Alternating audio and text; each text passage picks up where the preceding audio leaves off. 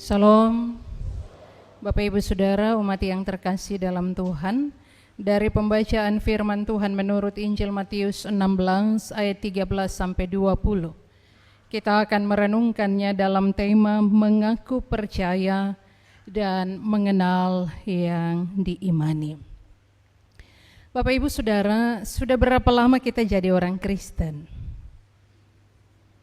Kalau kita terlahir dalam keluarga Kristen, maka selama itu pula kita sudah jadi Kristen.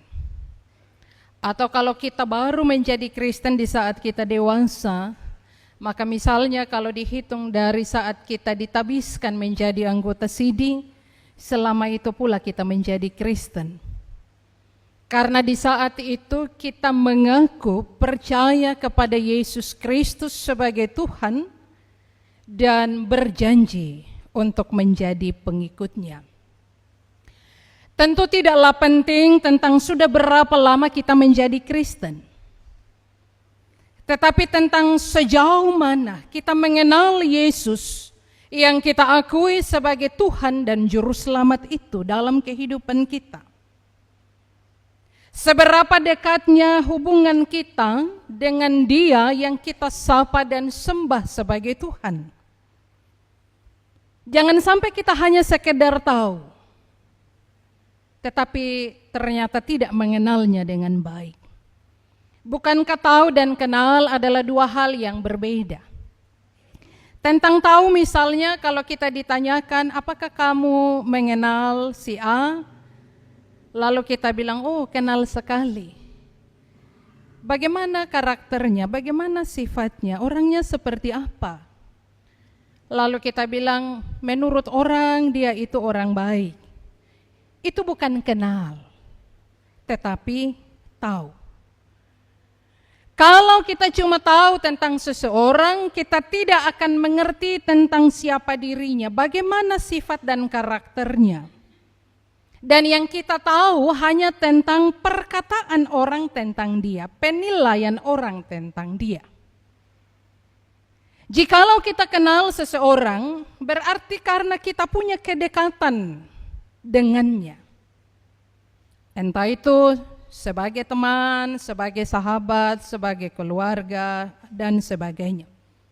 Sehingga karena kedekatan itu, kita kemudian bisa menjelaskan kepribadiannya, sifatnya, karakternya, bahkan kehidupannya. Karena kita mengenalnya secara pribadi. Ada relasi yang dekat dengannya. Perbedaan yang lain, kalau kita tahu seseorang, bisa jadi orang itu tidak tahu siapa kita. Tetapi kalau kita kenal seseorang, biasanya dia juga mengenal kita. Karena untuk saling mengenal butuh relasi yang terbangun, komunikasi yang terjadi di antara keduanya. Begitupun dengan Tuhan. Apakah saat ini kita tahu ataukah kita kenal Tuhan? Kalau sekedar tahu, semua orang juga tahu. Bahkan iblis pun tahu. Tetapi kalau kita kenal Tuhan, maka pasti itu datang karena pengalaman iman secara pribadi dengan Tuhan. Pengalaman-pengalaman iman itu yang semakin hari semakin membuat kita teguh, percaya kepadanya, dan menjalani kehidupan kita dengan benar di hadapannya. Kalau kita kenal Tuhan, maka hidup kita pasti juga dituntun ke arah yang benar. Sehingga kita pun kemudian menjauhkan diri dari berbagai cara hidup yang tidak berkenan. Hari ini kita merenungkan sebuah peristiwa penting dalam pelayanan Yesus, yang kemudian menjadi dasar dari berdirinya gereja. Menarik bahwa Yesus hendak mengetahui sejauh mana pengenalan murid-murid tentang dirinya. Tetapi ia memulainya dengan pertanyaan tentang kata orang, siapakah aku ini? Lalu menurut kamu, siapakah aku ini? Pertanyaan ini bukan sekedar untuk para murid di waktu itu, tetapi juga bagi saya dan saudara yang adalah murid-murid Yesus di hari ini. Apakah kita benar-benar mengenal Yesus yang kita imani sebagai Tuhan? Apakah pengakuan iman, pengakuan percaya kita kepada Yesus yang sering kali kita ucapkan itu datang dari hati yang percaya? Ataukah hanya sebatas kata-kata yang kita hafal, yang kita ucapkan? Saat Yesus bertanya kepada para murid, kata orang, siapakah anak manusia? Para murid kemudian menjawab, ada yang bilang Yesus itu Yohanes Pembaptis, ada yang bilang Elia, ada yang bilang Yeremia, dan salah seorang dari nabi. Jawaban ini menunjukkan bahwa dunia memiliki berbagai pandangan tentang Yesus dari apa yang mereka ketahui. Tetapi semua itu tidak tepat. Lalu ketika Yesus bertanya, tetapi menurut kamu, siapakah aku ini? Simon Petrus kemudian menjawab, engkau adalah Mesias, anak Allah yang hidup. Jawaban Simon Petrus menunjukkan bahwa ia mengenal siapa Yesus. Karena relasi, karena kedekatan, karena hubungannya dengan Yesus sang guru. Jawaban Petrus juga menunjukkan bahwa dia mengenal Yesus bukan berdasarkan pendapat dunia. Tetapi ia mengenal Yesus juga merupakan pewahyuan yang datang dari Allah sendiri, yang ada di dalam hatinya, sehingga ia mengaku tentang siapa Yesus. Tentu Yesus ingin supaya murid-muridnya mengenalnya dengan benar. Jangan cuma jadi pengikut tetapi tidak mengenal Yesus. Karena mengenal Yesus dengan benar akan sangat berdampak pada kehidupan mereka. Mereka akan diutus untuk menjadi saksi-saksi. Bahkan kalau kita lihat dalam perikop ini, setelah kisah ini, kemudian perikop selanjutnya pemberitahuan pertama tentang penderitaan Yesus. Karena itu Yesus ingin menguji sejauh mana mereka mengenal Dia. Karena mereka akan berhadapan dengan penderitaan dan tantangan yang berat di depan sebagai murid-murid Yesus. Bapak Ibu Saudara, di zaman sekarang, orang juga memiliki berbagai pandangan tentang Yesus. Ada yang mengenal Yesus sebatas nama. Ada yang mengenal Yesus dari kisah hidupnya. Bahkan ada juga yang bukan orang Kristen, tetapi yang mengagumi Yesus karena ajaran dan teladan-teladan hidupnya. Mengenal Yesus, mengetahui tentang Yesus, tetapi tidak memiliki hubungan pribadi dengannya. Bagaimana dengan saya dan saudara? Apakah kita mengenal Yesus berdasarkan apa kata orang? Atau hanya sekedar karena kita telah mendapatkan pengajaran itu sejak kita masih kecil di bangku sekolah minggu, atau di kelas katekisasi, atau karena kita sering dengar khotbah, hadir dalam ibadah-ibadah, tetapi sesungguhnya kita belum mengalami Yesus secara pribadi. Kita dipanggil untuk memiliki pengenalan yang benar tentang Yesus. Bukan sekedar ikut-ikutan. Bukan sekedar tradisi. Perkataan Yesus kepada Petrus, berbahagialah engkau, sebab bukan manusia yang menyatakan hal ini kepadamu, melainkan Bapa-Ku yang di surga. Ini menunjukkan bahwa pengakuan Petrus itu, pengakuan iman yang sejati, bukan hasil kepintaran manusia, tetapi merupakan pewahyuan dari Allah. Mengaku percaya saja tidak cukup. Perlu mengenal siapa yang diimani. Iman bukan sekedar hasil logika, pengetahuan manusia, kecerdasan manusia untuk memahami siapa Tuhan. Tetapi iman itu merupakan pengalaman perjumpaan pribadi dengan Tuhan yang dipercayai, yang diimani. Banyak orang bisa mengaku percaya kepada Yesus, bahkan menyebut dirinya pengikut Yesus. Tetapi belum tentu pengakuan percaya kepada Yesus itu datang dari hati. Datang ke ibadah, aktif dalam berbagai kegiatan-kegiatan gerejawi, menjadi saksi-saksi Kristus melalui puji-pujian, bernyanyi tentang Yesus. Tetapi belum tentu ia sungguh-sungguh mengenal Yesus sebagaimana yang ia akui bahwa ia adalah pengikut Yesus. Yesus ingin supaya pengakuan iman itu bukan sekedar kata-kata kosong. Sebagaimana Rasul Paulus dalam nats pembimbing tadi menyaksikan. Sebab jika kamu mengaku dengan mulutmu bahwa Yesus adalah Tuhan dan percaya dalam hatimu bahwa Allah telah membangkitkan dia dari antara orang mati, maka kamu akan diselamatkan. Jadi pengakuan dengan mulut itu penting. Tetapi mesti datang dari hati yang percaya. Karena pengenalan yang sungguh tentang siapa Yesus. Lalu menyatakan percaya itu dengan bagaimana menjalani hidup menurut apa yang diperintahkan dan diajarkan oleh Yesus. Banyak orang mengenal atau tahu tentang Yesus. Tetapi tidak semua orang memiliki hubungan secara pribadi dengannya.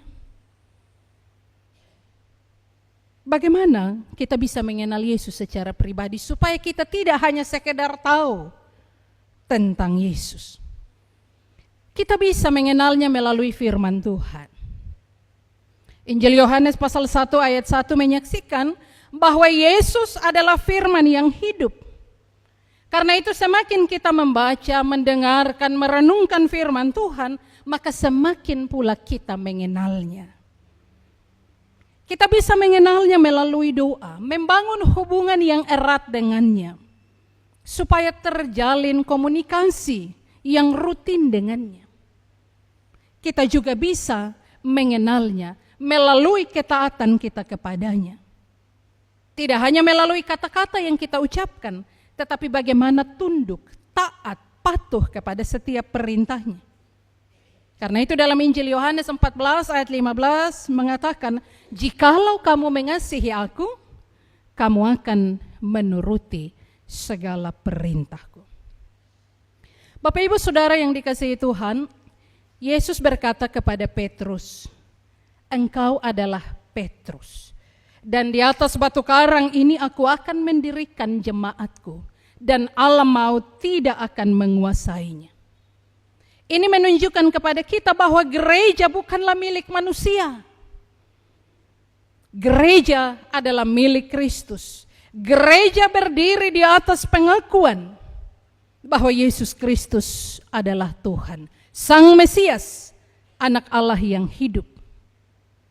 Yesus juga memberikan kunci kerajaan surga kepada murid-muridnya. Artinya bahwa kepada mereka diberikan otoritas, diberikan kuasa untuk bersaksi tentang Yesus, untuk memberitakan Injil, dan membawa orang lain datang dan menerima keselamatan. Hari ini, sebagai gereja kita juga dipanggil untuk melakukan hal yang sama. Membawa kabar baik itu, menyaksikan tentang Yesus kepada dunia ini. Dunia memiliki banyak pandangan tentang Yesus. Tetapi kita memiliki pengenalan secara pribadi tentang Yesus. Karena itu kita tidak akan goyah kalaupun dunia dengan sejumlah hal menyaksikan tentang siapa Yesus. Kita tidak akan menjadi goyah ketika orang bilang Yesus itu hanya manusia biasa dan seterusnya. Karena kita memiliki hubungan yang dekat dengannya dan pengenalan secara pribadi dengannya. Bapak Ibu Saudara, apakah kita telah benar-benar mengenal Yesus sebagai Tuhan dalam hidup kita?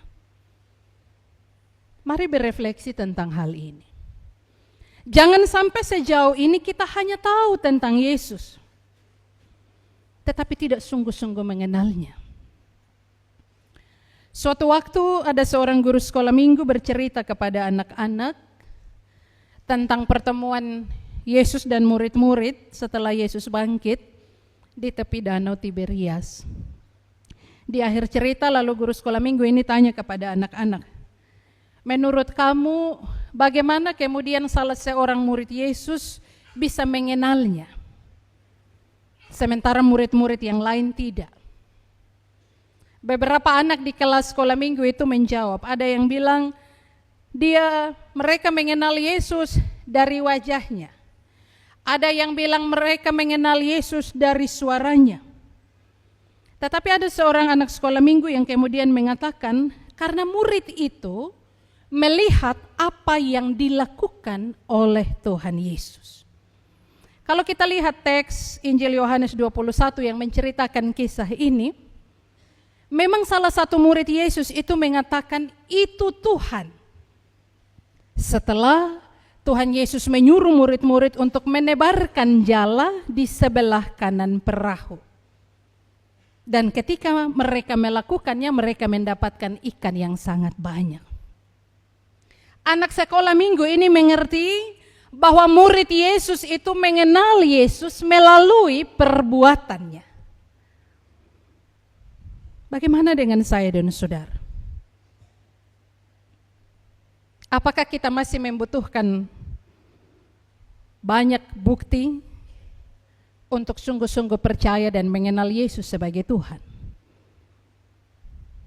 Alkitab menyaksikan bagi kita bagaimana murid-murid yang bertahun-tahun hidup dengan Yesus, siang hari malam dekat dengan Yesus, tetapi ternyata tidak semua mereka mengenal Yesus dengan baik. Kalau kita belajar di kitab Mazmur dengan indah menggambarkan banyak kesaksian tentang bagaimana umat Allah mengenal Allah dari perbuatan-perbuatannya. Dan inilah yang dilihat oleh salah seorang murid anak sekolah minggu yang dalam cerita tadi, yang mengatakan bahwa murid itu mengenal Yesus dari perbuatannya. Perbuatan Tuhan dapat kita saksikan dalam kehidupan kita masing-masing orang setiap hari. Tuhan tidak hanya hadir di saat kita berbahagia dan bersuka cita. Dia hadir bahkan di saat-saat terberat dalam kehidupan kita. Sebab bukankah Dia menyebut kita sahabat-sahabatnya? Tuhan ada dan berkuasa. Dan pengakuan kita akan kehadiran Tuhan mesti kita saksikan dalam berbagai musim kehidupan yang kita jalani. Tidak hanya di saat-saat yang menyenangkan, tetapi bahkan ketika kita berhadapan dengan tantangan, kesulitan, dan pergumulan yang berat sekalipun. Oleh karena itu, orang yang mengenal Yesus dengan baik, yang mengatakan bahwa dia percaya dengan sungguh kepada Yesus, tidak akan menjadi putus asa dan kehilangan harapan. Bahkan ketika dia berhadapan dengan beratnya tekanan dalam hidup. Bapak Ibu Saudara, beberapa hari lalu saya lihat di media sosial berita tentang meninggalnya seorang guru di Sabu. Masih muda, meninggalkan istri dan ketiga orang anak yang masih kecil. Berita itu ditonton ribuan kali dan dibagikan ribuan kali. Yang menarik dari berita itu adalah kesaksian istrinya pada saat ibadah penguburan suaminya. Dia bersaksi melalui kata-kata dan pujian yang sangat memberkati, meneguhkan banyak orang yang mungkin juga berhadapan dengan penderitaan dan kesulitan dalam hidup. Dia bersaksi dalam pujian Yesus setia. Pujian itu bilang berkali-kali Yesus menolong. Nanti masing-masing boleh cari di rumah, saya tidak menyanyi, suara lagi terganggu. Bahkan dalam rasa sakit, Yesus ada. Ketika melihat berita itu, saya ikut menangis walaupun tidak mengenalnya. Bagi saya ini kesaksian iman yang luar biasa. Dia berdiri dan bersaksi ketika dia menghadapi kenyataan hidup yang pahit, yang tidak sesuai dengan apa yang dia harapkan. Dia tidak bilang Yesus tidak baik, tidak mendengarkan doanya. Kenapa mengambil suaminya, bapak dari anak-anaknya, tidak. Tetapi dengan pujian itu dia bersaksi bahwa Yesus setia. Bagi saya kesaksian ini menunjukkan tentang iman yang besar, yang tumbuh karena pengenalan yang sungguh tentang siapa Yesus.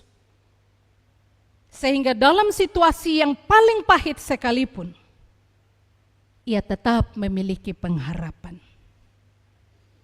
Mengapa saya bilang luar biasa? Karena dibandingkan dengan maraknya berita bunuh diri yang akhir-akhir ini terjadi di berbagai tempat, baik yang diekspos maupun tidak, orang-orang yang kehilangan harapan karena berbagai persoalan dan beratnya tekanan hidup, sehingga bagi mereka dunia ini sudah berakhir. Dan karena itu dengan mudah mengambil keputusan untuk mengakhiri hidup dengan cara sendiri. Sebagai bentuk penyelesaian terhadap kesulitan dan berbagai persoalan hidup yang dialami. Dan sayangnya banyak yang melakukannya menjadi orang-orang korban bunuh diri itu, yang melakukan perbuatan itu sendiri adalah orang-orang Kristen. Mereka yang mengaku dengan mulut percaya kepada Yesus. Kalau mereka percaya kepada Yesus, apakah mereka benar-benar mengenalnya? Bukankah kalau mengenal Yesus dengan benar, maka akan menjalani hidup ini menurut apa yang Yesus mau, menghadapi apapun yang terjadi dalam hidup ini dengan iman kepada Yesus. Kalau kita sungguh-sungguh mengenal Yesus sebagai Tuhan, kita tidak akan mudah putus asa. Kita tidak akan kehilangan harapan. Kita memang akan berhadapan dengan tantangan, penderitaan, dan berbagai pergumulan. Tetapi kita akan tetap teguh berdiri, sekalipun di tengah-tengah badai. Karena kita percaya bahwa Yesus penolong yang setia. Yesus berkuasa untuk memulihkan kita, menguatkan kita, menyembuhkan kita. Dan bahwa dia punya rancangan yang agung, rancangan damai sejahtera bagi kebaikan kita. Karena itu Bapak Ibu Saudara, kalau ada masalah, kalau ada kesulitan, kalau berhadapan dengan beratnya beban kehidupan, jangan cari tali, jangan cari racun, carilah Tuhan. Kuasai diri, jadilah tenang, supaya dapat berdoa. Berbagi beban itu dengan sahabat, dengan saudara. Datang kepada Yesus. Sebab di dalam dia ada kekuatan, di dalam dia ada pertolongan, di dalam dia ada pengharapan. Tidak ada masalah yang tidak ada jalan keluar. Seberat apapun itu, serumit apapun itu. Sebab di dalam Yesus pasti ada jalan. Memang ketika kita berhadapan dengan kenyataan hidup yang pahit, yang tidak sesuai dengan apa yang kita harapkan, terkadang kita berpikir Tuhan tidak ada. Tentang hal ini ada suatu cerita, mungkin kita sudah pernah dengar atau baca tentang kisah ini. Suatu kali ada seorang bapak datang ke tempat cukur rambut. Lalu sementara rambutnya dicukur, dia bercerita dengan tukang cukur. Dalam percakapan itu kemudian si tukang cukur bilang, saya tidak percaya kalau Tuhan itu ada. Lalu bapak ini tanya, kenapa begitu? Dia bilang, kalau Tuhan itu ada, kenapa terjadi banyak sekali kejahatan di dunia, lalu Tuhan tidak menjauhkannya? Kenapa terjadi banyak sekali pembunuhan dan tidak ada pembelaan dari Tuhan? Kalau Yesus itu hidup, kenapa ada orang yang kaya, ada orang yang miskin, ada yang lahir di istana, ada yang lahir di kolong jembatan? Kalau dia itu Tuhan yang adil, kenapa semua itu terjadi? Di manakah Tuhan? Bapak ini kesulitan untuk menjawab pertanyaannya. Selesai mencukur rambut, bapak ini pulang, lalu dia tiba sampai di suatu lorong, dia melihat ada orang gila, dengan tampilan yang sangat berantakan, dengan rambutnya yang sangat panjang. Lalu tiba-tiba ada hikmat Tuhan baginya. Dia kembali kepada si tukang cukur, dia bilang, saya tahu jawabannya.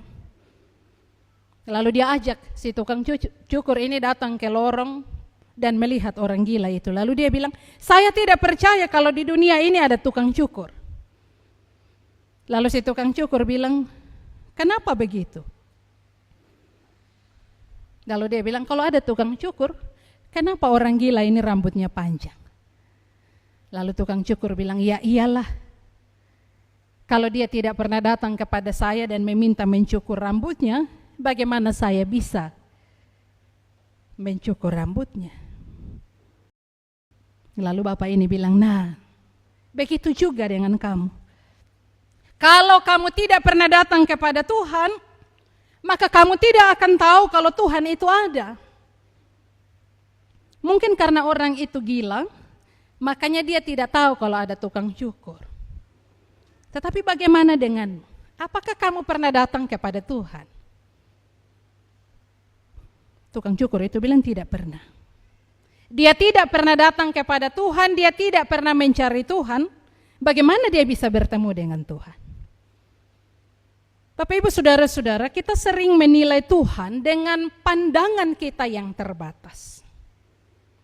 Kita mencoba untuk mengerti dan memahami tentang Tuhan. Lalu di titik-titik tertentu kita berpikir Tuhan tidak ada. Tuhan tidak adil. Kalau dia ada, kenapa begini, kenapa begitu, dan seterusnya. Padahal sesungguhnya Tuhan ada. Tuhan mengenal setiap kita dengan segala pergumulan dan kebutuhannya.